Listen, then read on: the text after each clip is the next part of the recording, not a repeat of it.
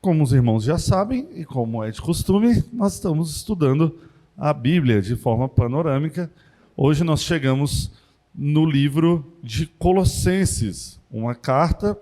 Já tem um tempo que nós estamos nas cartas paulinas. E hoje continuamos estudando as cartas de Paulo e também nós iremos tratar um pouquinho sobre essa carta em volta de tudo que está relacionado a ela. Então, como a gente já vem falando aqui, tiveram cartas que Paulo escreveu quando estava preso, tiveram cartas que Paulo escreveu quando estava viajando, tiveram cartas que Paulo escreveu quando não estava nem preso nem viajando. Então, tem várias cartas paulinas no Novo Testamento, né, na nossa Bíblia, e Colossenses é mais uma delas.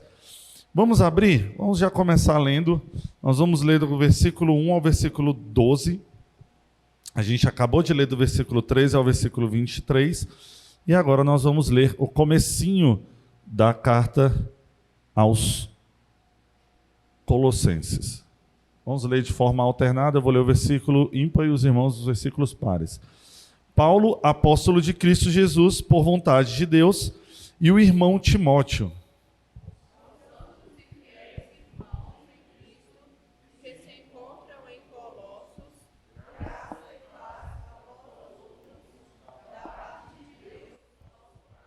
Damos sempre graças a Deus, Pai, de nosso Senhor Jesus Cristo, quando oramos por vós.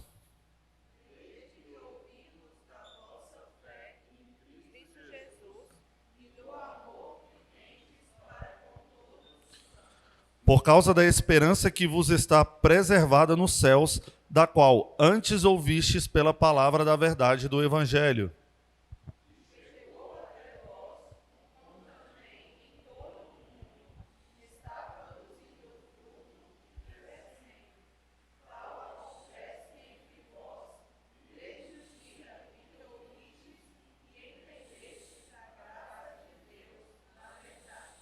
Segundo fostes instruídos por Epáfras, nosso amado conservo, e, quanto a vós outros, fiel ministro de Cristo.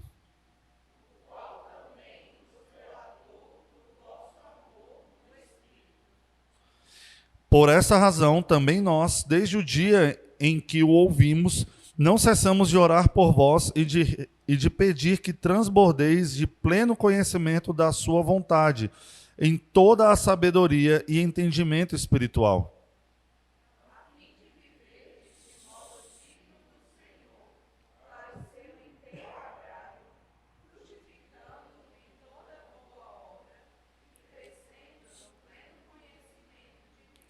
Sendo fortalecidos com todo o poder, segundo a força da sua glória, em toda a perseverança e longanimidade, com alegria.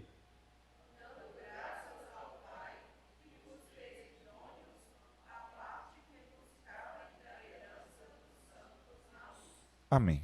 Oremos. Senhor Deus, graças te damos, ó Pai, por podermos estudar mais uma carta, mais um livro das tuas Escrituras. Obrigado, Senhor, por nos conduzir e nos instruir como igreja reunida através da tua palavra. Capacita-nos, ó Pai, agora para aprender da tua palavra e me capacite, ó Pai, para passar o conhecimento e o estudo deste dia. Obrigado por tudo, em nome do Senhor Jesus. Amém. Bem, vamos lá. Para começar, vamos tratar um pouquinho sobre as questões básicas da carta. Como a gente tem esse costume aqui, a gente acaba deixando mais para o final, para poder falar mais sobre a mensagem teológica e tudo mais. E a gente, no começo, acaba aprendendo um pouquinho do básico da carta, né? Quem escreveu, onde escreveu, quando escreveu, qual a sua composição, por que ela foi escrita, o que levou a pessoa que escreveu a escrever e coisas desse tipo. Então é isso que a gente vai tratar um pouquinho aqui. A gente vai tratar um pouquinho sobre a autoria, sobre a composição, destinatários, não está errado, gente, ali o plural, a gente vai entender um pouquinho mais para frente, e data dessa carta. Para começar, falando um pouquinho sobre a autoria, a carta ela é de autoria de Paulo. a gente tem algumas questões que envolvem essa autoria, e recentemente essa autoria ela tem sido debatida por alguns estudiosos. Até o século passado, meio que ninguém questionava muito, ou não questionava de forma mais séria, que foi Paulo que escreveu. Mas de um curto espaço de tempo da história para cá, aproximadamente 100 anos para cá, tem surgido argumentos de que essa carta não foi necessariamente escrita por Paulo. Esses argumentos são os mesmos argumentos, tanto da carta de Colossenses, como de outras cartas que a gente já viu. O argumento é de que não foi propriamente Paulo, mas sim alguém que escreveu em nome de Paulo, né? Algo mais ou menos como Paulo escreveria, instruções bem normais que Paulo daria, tranquilamente seria dado por Paulo essas instruções, mas que não foi Paulo, foi alguém que andava com Paulo e que caminhava ali com ele, e por isso escreveu e colocou a autoria para Paulo. É um argumento muito fraco, gente. Eu não vou nem entrar muito nesse mérito, porque nas outras cartas para trás já foi falado. Na carta que o pastor Lucas falou há 2 domingos atrás, ele falou exatamente sobre esses mesmos questionamentos, de que alguém escreveu em nome de Paulo. Mas aqui na carta de Colossenses, o argumento é ainda mais fraco quando a gente vê o que está escrito na própria carta. Vamos abrir? Vamos abrir no versículo 1, eu já li, mas os irmãos vão abrir no versículo 4, 18. Capítulo 4, versículo 18. No 1:1 fala assim, Paulo, apóstolo de Cristo Jesus, por vontade de Deus, e o irmão Timóteo. Como se Paulo estivesse junto de Timóteo, e ele escreveu e falou, estou escrevendo para vocês, só que eu não estou sozinho. Né? Tem aqui do meu lado o meu irmão Timóteo, que está comigo, me ajudando, me acompanhando, né? Mas sou eu que estou escrevendo. E em companhia do meu assessor, digamos assim, que era Timóteo. E lá no versículo 4, 18, vamos ler todos juntos? Leiamos.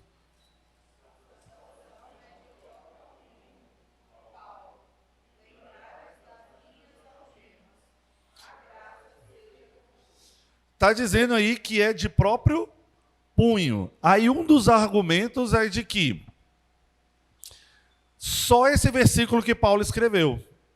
A saudação é de próprio punho, então não necessariamente a carta toda foi escrita. Só que uma das questões que envolve essa saudação de próprio punho é que não necessariamente Paulo escreveu mesmo. É como se Timóteo ou alguma outra pessoa fosse escrevendo enquanto Paulo estava ditando. E aí Paulo parou para escrever de próprio punho só a saudação. Mesmo assim, não tira a autoria de Paulo. Né? Isso não derruba o fato de que foi Paulo que escreveu a carta. Um exemplo disso, a gente tem os escrivões. Quando você vai na delegacia, lá tem um escrivão. O que ele faz? Ele escreve tudo que você fala, mas deixou de ser o que você falou? Não. Ele só está digitando ou datilografando como os mais antigos, ou escrevendo como os mais antigos ainda.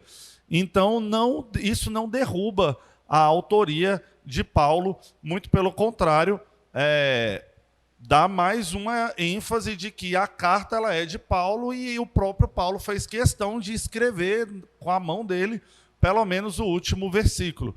Mas não tira o fato de que o conteúdo é de autoria de Paulo. Então, quem discorda da autoria de Paulo, leva em consideração essas questões, também algumas mudanças, mas muito sutis, que tem algumas linguagens e algumas escritas um pouco diferentes da carta de Efésios, e aí fala que essas pequenas mudanças ali na linguagem, então não era Paulo que escreveu. Mas, gente, ninguém escreve tudo igual toda hora, então não é assim que funciona, e isso não é um argumento forte o bastante para trazer a questão de que Paulo não escreveu a carta. É apenas uma minoria também que pensa assim, não é uma parte muito grande dos estudiosos que pensam isso, mas de um tempo para cá começaram a ter vários questionamentos com relação a isso. A autoria de Paulo, ela é amplamente aceita, então o único argumento que tem é esse, né, o contra, é esse o único argumento, e essa minoria de pessoas que questiona, mas a questão é que Paulo realmente escreveu, isso é amplamente aceito, a gente viu nesses 2 versículos que a gente leu, e além de Paulo escrever, Paulo, ele também endereçou essa carta. E aí vem a minha pergunta. A carta, essa correspondência, ela foi endereçada a quem? Quem arrisca responder? Aos Colossenses. Mas só aos Colossenses? Ela foi endereçada para quem mais? Vamos abrir nossas Bíblias? Capítulo 4, versículo 15 e 16. Alguém lê, por favor.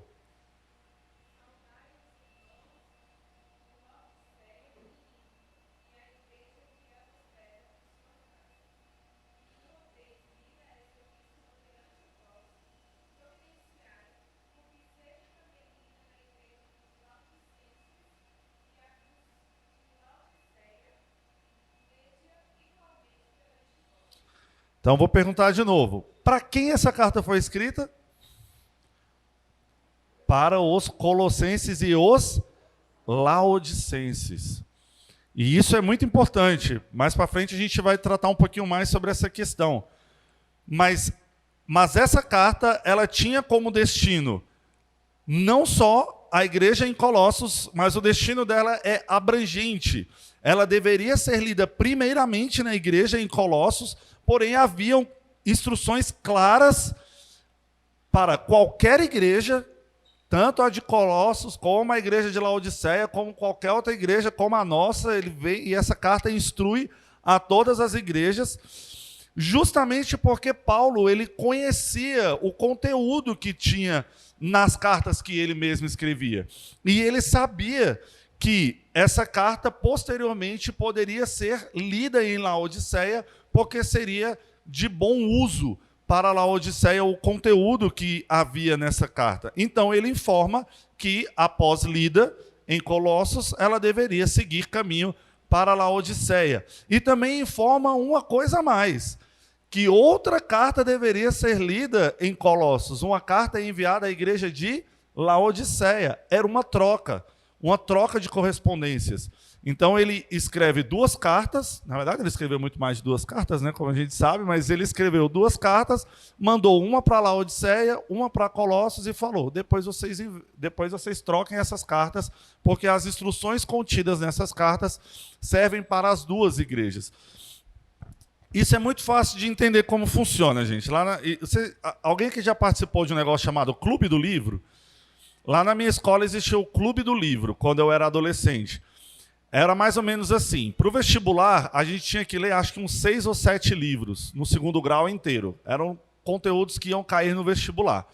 Só que para a escola não pedir para a gente comprar esses 7 livros, porque ficaria mais caro, o que a minha escola fazia? Ela dava para cada aluno um livro, para cada aluno comprar apenas um livro, e no final de um mês, um aluno tinha que trocar com o outro. Então, o meu livro eu trocava com a Aline, e aí ela lia o meu livro, eu lia o livro que ela comprou. Depois, no final de mais um mês, a gente trocava de novo.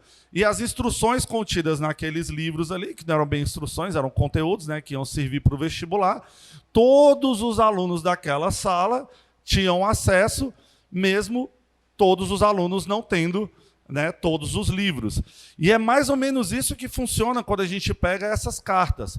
As instruções contidas ali, todas aquelas igrejas ali da região poderiam ter acesso a essas instruções, mesmo não existindo cartas enviadas especificamente para cada igreja. Então, o conteúdo é parecido. O que Paulo fez? Escreveu uma carta para Laodiceia, uma carta para Colossos e falou, depois vocês trocam essas cartas aí e leiam. E o que? Onde está a carta de Laodiceia? Não sabemos, gente. O pastor, na aula dele, falou um pouco sobre isso também. Algumas cartas, elas se perderam. A gente não tem acesso a todas essas cartas, haja vista que nós sabemos que elas existem, como está falando aqui, que existe a carta à Laodiceia.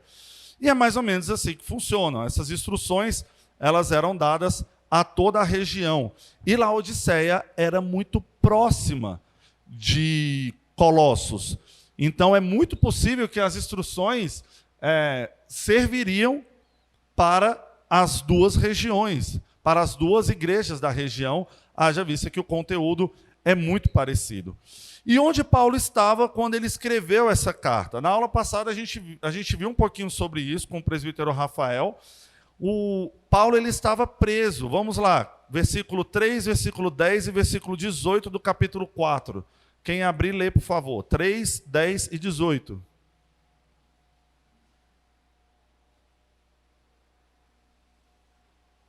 Pode ler.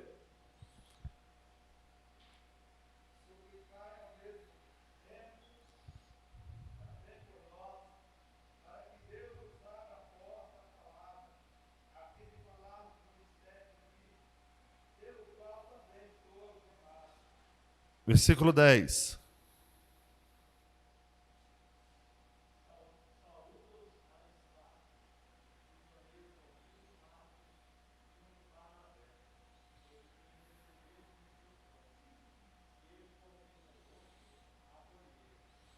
Versículo 18. Novamente.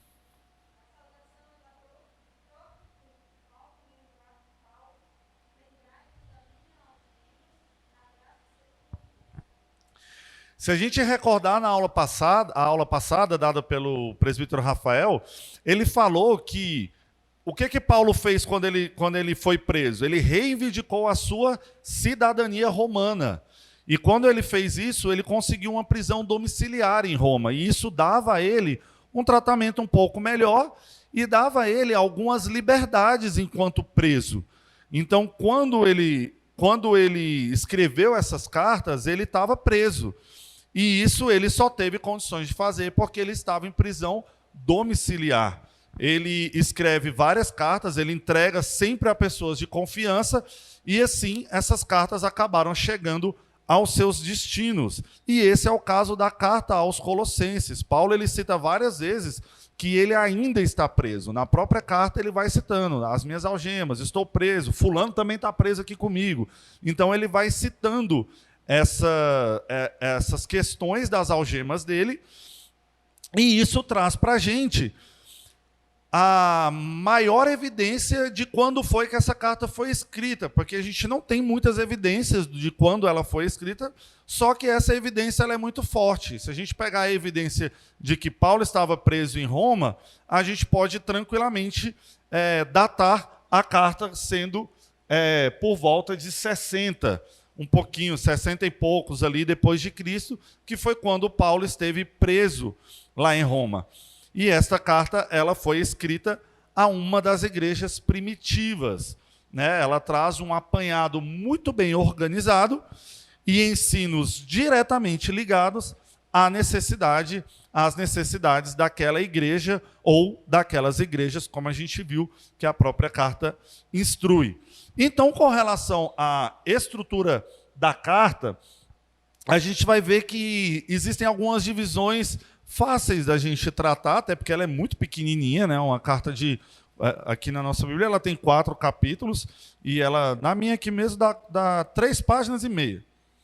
Então, a gente vê que a estrutura do conteúdo é a forma mais fácil da gente separar essa carta. Ela tem divisões muito bem claras, digamos assim, se a gente pegar conteúdo. Se a gente não pegar o conteúdo, fica mais difícil de dividir ali para estudar, mas se a gente pegar para o conteúdo, fica mais fácil. Então, nós vamos observar um pouquinho os conteúdos trazidos por Paulo através dessa obra, e nós vamos fazer isso de forma panorâmica, gente, é claro. A gente não vai aprofundar em cada conteúdozinho, porque não tem como, não dá tempo. A gente está vendo um apanhado geral, e para isso eu peço que vocês abram a Bíblia de vocês no capítulo 1, e fiquem bastante atentos aos títulos, esses títulos em negrito aí, bem bonitinho, que tem em cima de cada tópico.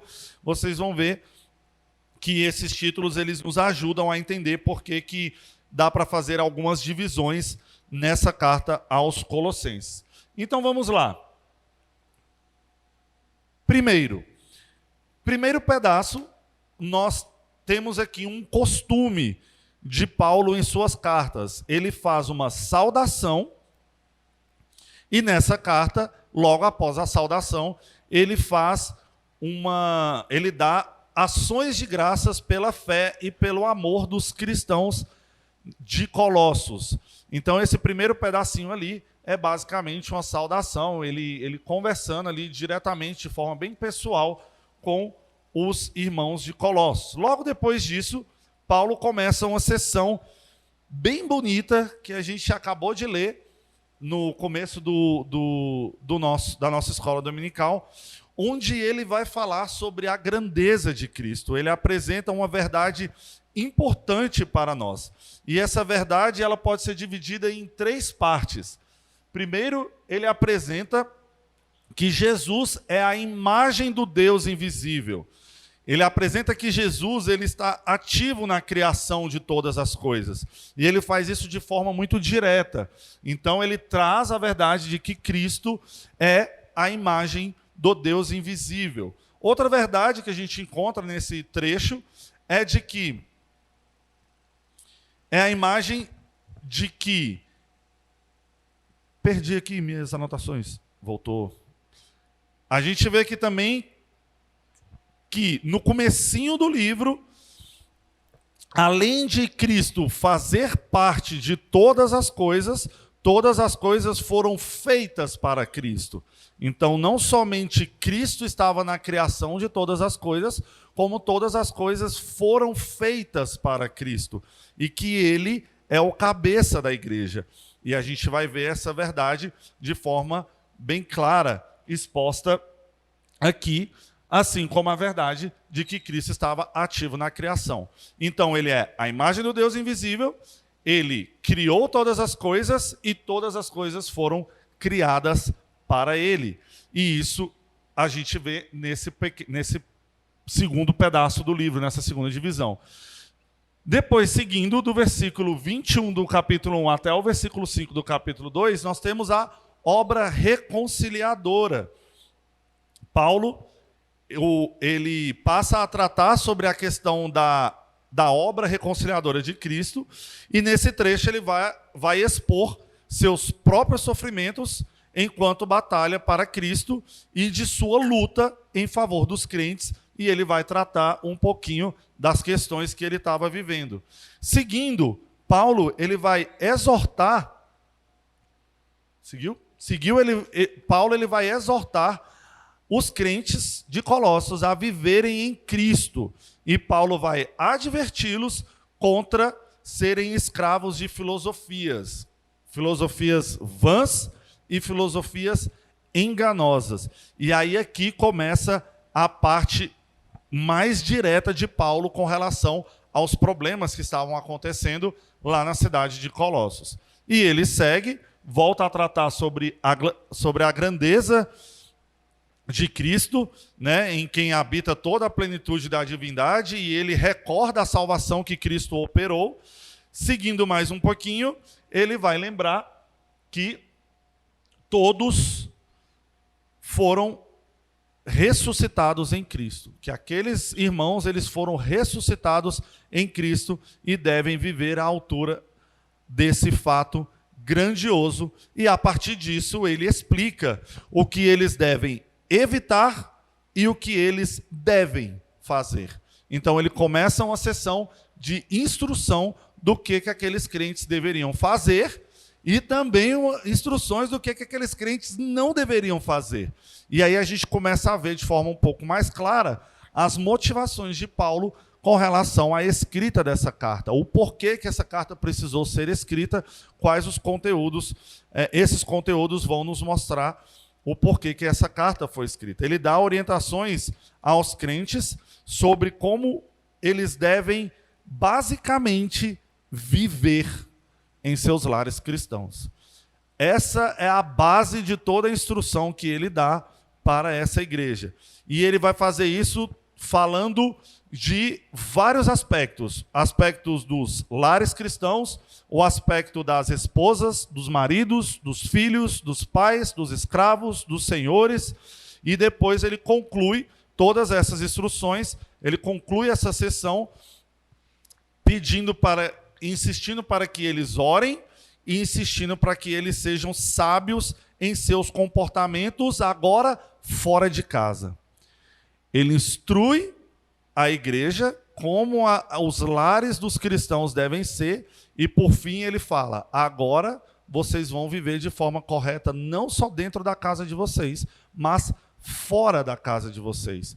Então, basicamente, ele lidou com todas as áreas da vida do cristão, tratando da questão pessoal, da vida de comunidade, da vida de lar de todos os cristãos.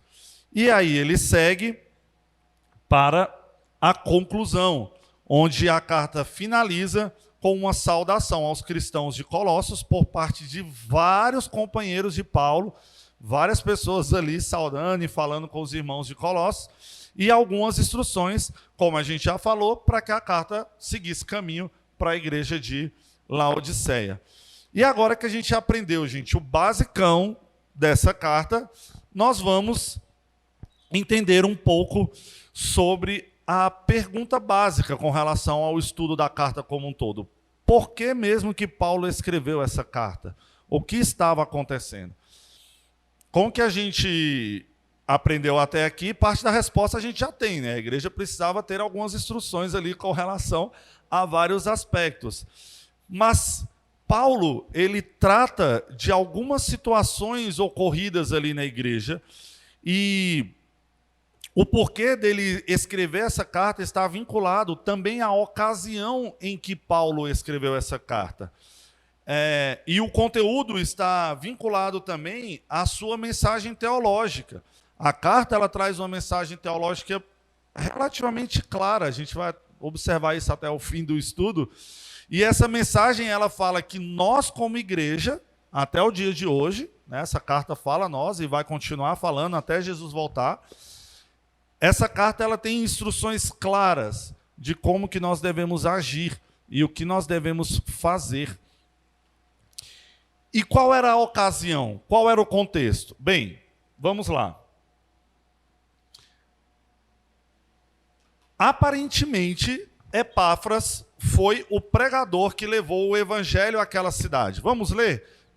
Versículo 7 do capítulo 1 e versículo 1 do capítulo 2. Vamos ler esses dois versículos?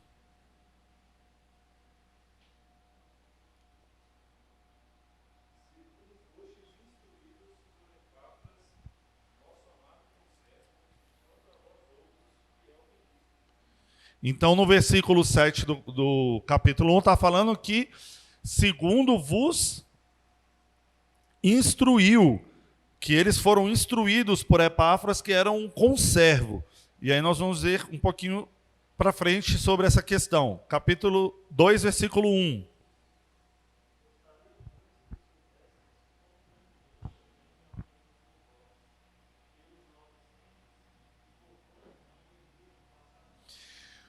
O que esse versículo traz para a gente? A realidade de que Paulo nunca viu os membros da igreja de Colossos face a face. Então, não foi o próprio Paulo que plantou aquela igreja, mas um irmão fiel, ministro de Cristo, que era um conservo de Paulo. E aí a gente traz ao nosso conhecimento de que, provavelmente, quem fundou aquela igreja foi Epáfras, e não o próprio Paulo. Paulo fundou algumas igrejas? Fundou. Paulo fundou algumas igrejas em suas viagens missionárias. Mas Paulo não conseguia pregar em todos os lugares, gente. Então ele tinha que enviar colaboradores ali de confiança para proclamar o evangelho. Não dava para ele mesmo pregar em todas as cidades. Não dá hoje em dia para isso ser feito. Imagina naquela época, gente. Não tinha carro, não tinha avião, não tinha nada. Cada viagem era um custo, era um sufoco. Você tinha que andar não sei quanto tempo, pega um navio de um lado para o outro. Então, muito provavelmente, Paulo ele precisava de conservos para realizarem esses trabalhos nessas regiões. Então, apesar de Paulo ter fundado várias igrejas, essa não é uma delas. Essa é uma igreja que foi fundada por um irmão fiel ministro de Cristo, no caso Epáfras. Porém, apesar da distância física e de Paulo não conhecer pessoalmente os irmãos daquela igreja, Paulo ele continua a se interessar pelo progresso dessa igreja e das outras também. Muito provavelmente Laodiceia era uma dessas igrejas também, porque Laodiceia era muito próxima de Colossos. E Paulo, apesar da distância física, ele mantém um interesse. E essa carta ela é ocasionada justamente por este interesse e pelo cuidado que Paulo tinha para com todas essas igrejas a qual ele acompanhava. Ele tinha escutado que alguns falsos mestres haviam chegado em Colossos e ele escreveu rapidamente para exortar os irmãos da igreja a fim de que a própria igreja não sofresse dano. Laodiceia, como eu falei, ficava muito próximo a Colossos e provavelmente corria o mesmo risco desses falsos mestres já terem chegado a Laodiceia ou muito em breve chegariam lá. E aí fica bem fácil a gente entender por que ele mandou essa carta, né, ser direcionada a Laodiceia, haja vista que toda aquela região ali corria risco. A natureza dos falsos ensinos não é trazida para nós, mas a gente sabe que está no campo do pensamento, porque Paulo fala que são filosofias vãs e enganosas. E Paulo ele corre para proteger os irmãos daquela igreja, daquelas igrejas, e muito provavelmente as filosofias vãs e enganosas questionavam a supremacia de Cristo. Por que disso? Porque Paulo ele dá muita ênfase à supremacia de Cristo. É possível que esses falsos mestres eles estivessem deturpando a verdade de que Cristo era o criador de todas as coisas e de que todas as coisas foram criadas para Cristo. E aí o Paulo ele corre em expor essa verdade sobre a questão de que Cristo é o criador de todas as coisas e ele corre para poder proteger aqueles irmãos com relação à deturpação dessa verdade. E diante disso, Paulo ele insiste que Cristo, que é a imagem do Deus invisível, ele é o agente de Deus em toda a criação. Capítulo 1, versículo 15 e 16, vamos ler. Capítulo 1, versículo 15 e 16. Leiamos. Ele é a imagem do Deus invisível, o primogênito de toda a criação, pois nele foram criadas todas as coisas nos céus e sobre a terra, as visíveis e as invisíveis, sejam tronos, sejam soberanias, quer principados, quer potestades. Tudo foi criado por meio dele e para ele. Paulo ele traz de cara a realidade sobre a imagem do Deus invisível, que Cristo, ele é essa pessoa aí, a pessoa que criou todas as coisas, a pessoa que criou até as coisas invisíveis, a pessoa que é soberana sobre todas as coisas, sejam elas, né, do mundo carnal ou do mundo espiritual, ele é soberano sobre todas as coisas. E ele vai além, ele fala que toda a plenitude de Deus habita em Cristo, versículo 19, porque aprove a Deus que nele residisse toda a plenitude. E quando a gente lê o versículo 9 do capítulo 2, fala assim, porquanto nele habita corporalmente toda a plenitude da divindade. Então, se toda a plenitude da divindade de Deus habita de forma corpórea em um ser, esse ser, que tem um corpo, ele passa a ser a imagem visível. E Paulo, ele bate nessa tecla durante toda a carta. Ele foca em explicar que Jesus Cristo, ele é a imagem do Deus invisível, ele é a origem, a criação e a sustenta, ele é a cabeça do corpo, a cabeça da igreja, e ele faz a paz por meio do sangue que derramou na própria cruz. Paulo está se importando com o assunto e com a seriedade do que está acontecendo ali na região, a ponto de escrever essa carta, de dizer que Cristo ele está acima de tudo e não existe nenhuma maneira de progredir sem ele. Paulo ele está se importando a ponto de orientar os colossenses, mesmo à distância, sobre a prática e a ideia de coisas corretas. Ele está instruindo a igreja que ela deveria praticar e também ter ideias corretas. Não basta ter ações corretas, nós temos que ter a nossa cabeça focada nas coisas corretas. Presbítero Rafael.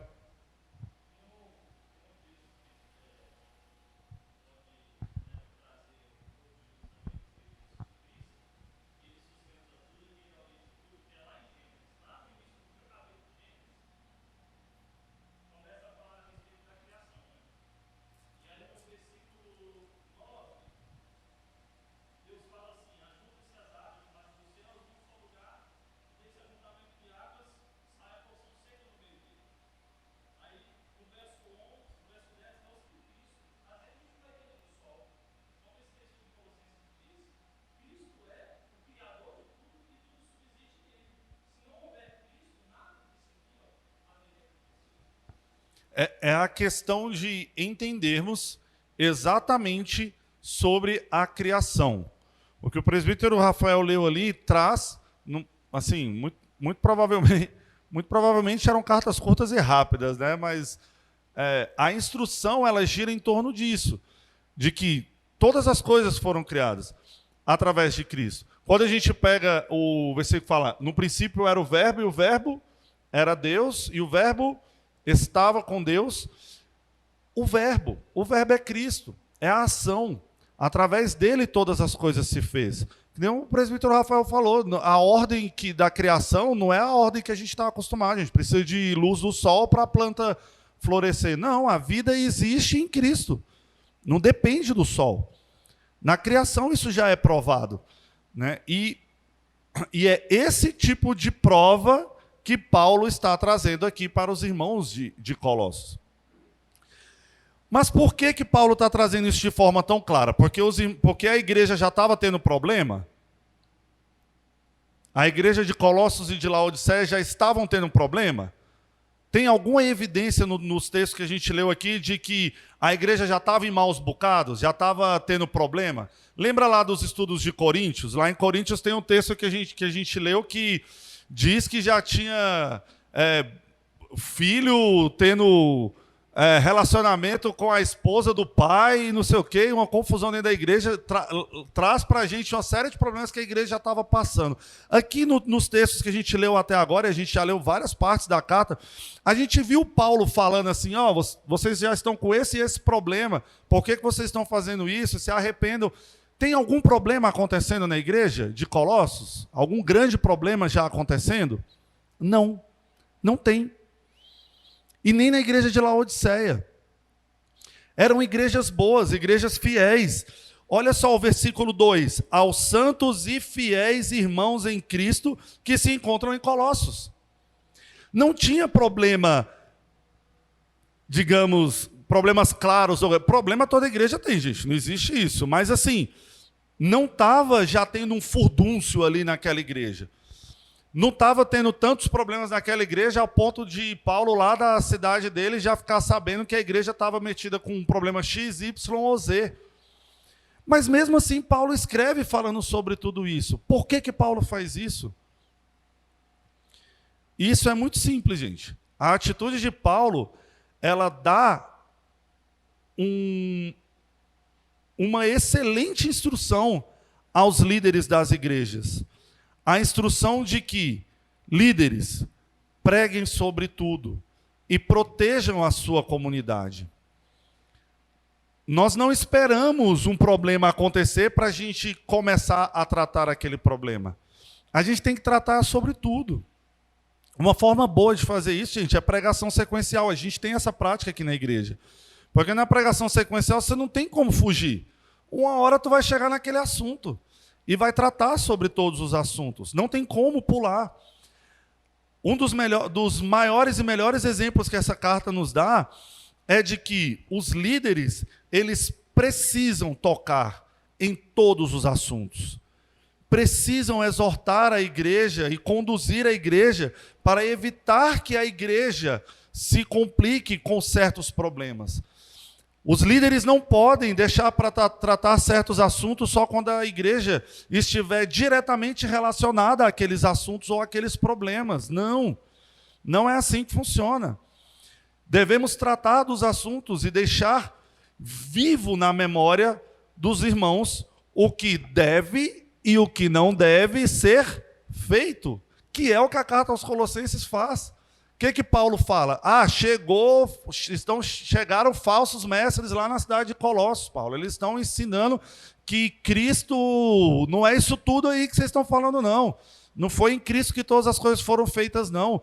Estão ensinando isso lá, estão pegando no campo da filosofia e tentando deturpar a verdade em Cristo.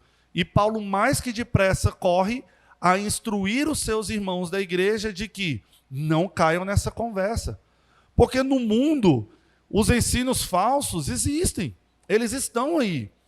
E a gente não tem que esperar eles adentrarem, né? Digamos assim, vamos colocar na questão física, eles não têm que passar da porta para dentro da igreja para a gente finalmente tratar. Muito menos, como líderes, nós podemos lidar como se certos assuntos não fossem importantes o suficiente para estar no púlpito da igreja. Não, isso aí a gente trata só entre nós. Não é assim que funciona. Isso eu estou falando com relação a tratar os assuntos, irmãos. Eu não estou falando com relação a expor vidas. Expor vidas é outra coisa. Né? Quando você vai tratar um assunto de disciplina de um irmão na igreja, você não traz ele para a assembleia da igreja e todo mundo junto aqui fica levantando o problema dele. Não, não é assim que funciona. Mas estou falando do campo dos assuntos. Falar sobre divórcio, falar sobre traição, falar sobre o problema da idolatria ao dinheiro, que está relacionado à teologia da prosperidade, falar sobre questões de criação de filhos. Há um domingo ou 2 domingos atrás, o pastor pregou um texto bem complicado, né? Bem difícil de preparar, eu acho que foi bem difícil de preparar aquela pregação, falando sobre todas as questões vinculadas à criação de filhos. Tem que tratar, tem que instruir, tem que cuidar da igreja, e esse é um ótimo exemplo que Paulo nos dá, ao considerar que os crentes de Colossos apenas corriam o risco, ele já corre para tratar o assunto. Ele não espera. Ele vai e protege a sua igreja das ameaças. Eu lembro de que quando eu era adolescente, gente, como pregava sobre pornografia na igreja. Não sei se na igreja como um todo, mas para os adolescentes e para os jovens. Mas como falava de pornografia, dos riscos da pornografia, do cuidado que a gente tinha que ter com pornografia, a gente pensava assim, meu Deus, não tem outro assunto para o pastor falar, não. Anos mais tarde, isso aconteceu tanto na igreja, né, lá onde eu estava, quando eu acompanhava meu pai, que é pastor. A Aline já me contou história parecida também, de uma igreja por onde ela passou. Por que, pastor, que você fala tanto sobre isso para os adolescentes? Pastor, não tem outro assunto para você tratar, só sabe falar sobre isso, ficar e pornografia, que ficar é pecado e pornografia é pecado. E depois que a gente foi amadurecendo, ficando maior e tomando conhecimento de certos problemas vinculados à igreja, a gente descobriu o tanto de pessoa que teve problema com pornografia. O tanto de adolescente que teve problema de ficar e confusões relacionadas a essas áreas, né? Então é isso, gente. Tem que falar mesmo. A gente, quando é adolescente, a gente pensa, o pastor está sendo muito chato, de novo esse assunto. Depois a gente cresce e vê que, nossa, ainda bem que o pastor estava sendo chato. Ainda bem que o pastor falava sobre esse assunto. Ainda bem que o pastor trazia ao púlpito instruções para a igreja com relação a esses assuntos. Porque precisa. Não dá para esperar a igreja imaginar que está precisando falar sobre um assunto ou outro. Não. Os líderes, eles precisam estar um passo à frente. Eles precisam tratar sobre todos os assuntos.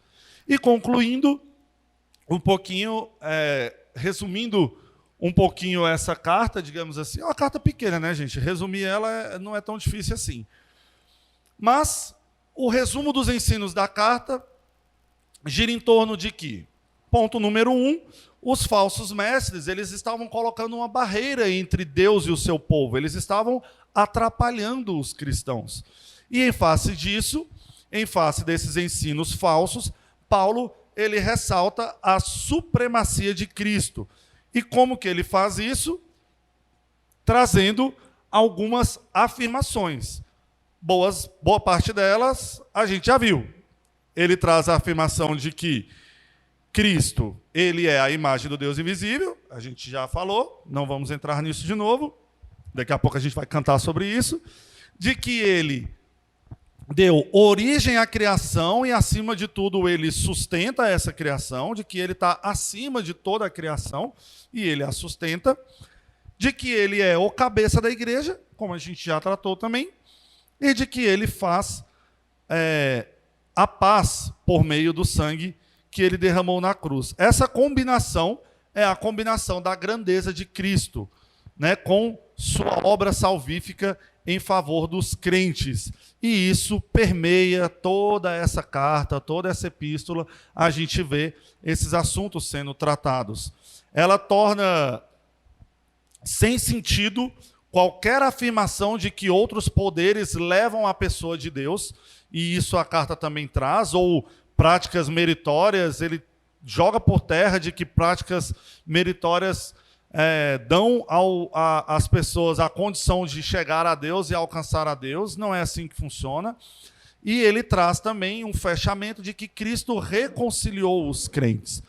Paulo jamais esteve em Colossos e não havia se encontrado com os membros daquele lugar, porém o amor e o interesse dele, manifestados nessa carta, são significativos na apresentação da verdade de que todos os crentes formam uma única igreja. E isso fica muito claro com essas cartas que Paulo foi escrevendo. Paulo, ele é enfático. Versículo 11 do capítulo 3, ele fala assim: no qual não pode haver grego nem judeu, circuncisão nem incircuncisão, bárbaro, cita, escravo, livre. Porém, Cristo é tudo em todos.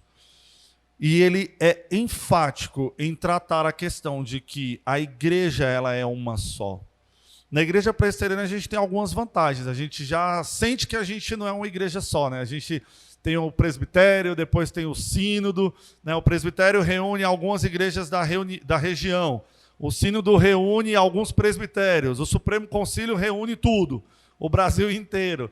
E na IPB a gente tem essa vantagem, né? Uma vantagenzinha de entender um pouco mais, de forma mais didática, como que a igreja é uma só. Né? A gente trabalha para toda, né? Para toda a região, a gente trabalha até para todo o país, até fora do país, né? Quando a gente trata das missões transculturais. A carta, ela deixa claro para todos nós a importância de toda a igreja e não apenas o nosso pequeno segmento, né? Esse segmento é que nós vivemos. No nosso caso, a IPH. Não, a igreja é uma só. Nós temos que ter responsabilidades tanto com a nossa igreja local, quanto com as outras igrejas, com as outras pessoas e com todo o trabalho. Não é individual, gente. Não é egoísta. E a gente tem que tomar muito cuidado com isso, porque a nossa maior tendência é muito fácil para a gente só olhar para dentro da nossa igreja local. Isso é muito fácil. Mas não é assim que funciona. A gente tem que olhar e se preocupar com tudo ao nosso redor. Paulo, ele se preocupava com todas essas igrejas ao redor. E essas igrejas, elas iam ali meio que compondo um conjunto, uma unidade. E isso é importante para a gente, para que a gente entenda que nós não estamos sozinhos e nós não somos um só aqui. Nós somos um só como igreja, igreja visível e invisível. Nós somos um corpo só em Cristo. A carta, ela também dá ênfase que a unidade cristã existe Porém, existem diferenças entre os crentes em si. Paulo ele dá instruções aos maridos, às esposas, aos filhos, os pais, os servos, os senhores. Então, não significa que todos são iguais nessa unidade em Cristo. Mas diferenças existem. Todos são servos de Cristo. Isso é igual para todo mundo. Mas nós devemos viver como quem somos, né? Isso não anula os nossos relacionamentos dentro da sociedade, dentro da nossa igreja. O fato de todos nós sermos igualmente servos de Cristo não anula, né, os nossos relacionamentos e a nossa responsabilidade individual em cada tema, né? As mães como mães, os pais como pais, né? Os filhos, os servos, os senhores, existem distinções dentro do corpo.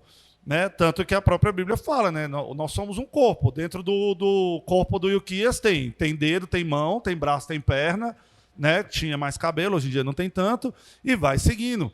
Cada um é distinto dentro do próprio corpo. E o outro ensinamento claro é que nossas posições, elas diferem da cultura e está sobre nós a obrigação de viver à altura da fé, estando nós sempre ligados ao cabeça da igreja, Cristo. E isso está escrito lá no versículo 19 do capítulo 2. E não retendo a cabeça, da qual todo o corpo, suprido e bem vinculado por suas juntas e ligamentos, cresce o crescimento que procede de Deus. Então traz aqui que não retendo a cabeça, da qual todo o corpo cresce o crescimento que procede de Deus. Então esses são os ensinamentos que essa carta traz para a gente. Ela é bem pequenininha. Eu já falei isso de muitas cartas, mas no Novo Testamento aqui, em muitas aulas, acho que umas 3 ou 4. Mas, gente, ela é uma carta fácil, ela é relativamente fácil da gente ler e entender exatamente ali, mas ela, ao mesmo tempo, é muito difícil, porque tem muitas coisas profundas a serem estudadas. É justamente por isso que essas aulas são panorâmicas, né? Não são estudos aprofundados de tema por tema, porque cada quadradinho desse daí, cada parágrafo desse daí separado por um título, dá facilmente uma aula, uma pregação. Mas ela é uma carta com um ensinamento muito vivo, muito claro e muito palpável a todos nós, haja vista a forma direta com a qual Paulo escreveu sobre esses assuntos. Perguntas ou apontamentos? Alguém? Nós estamos com um tempinho. Tempinho relativo.